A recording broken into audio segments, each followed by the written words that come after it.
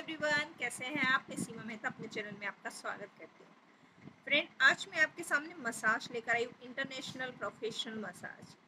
तो आपको ये मसाज मैं नहीं बता रही हूँ, एक ट्रेनर बता रही है आपको ये मसाज, फेस की मसाज की किस तरह से करना है। स्टार्टिंग में मैंने क्या म्यूज़िक डाल दिया है, तो जो स्टार्टिंग है उनका उन्होंने इलेक्ट्रो ब्लीच यूज़ की है।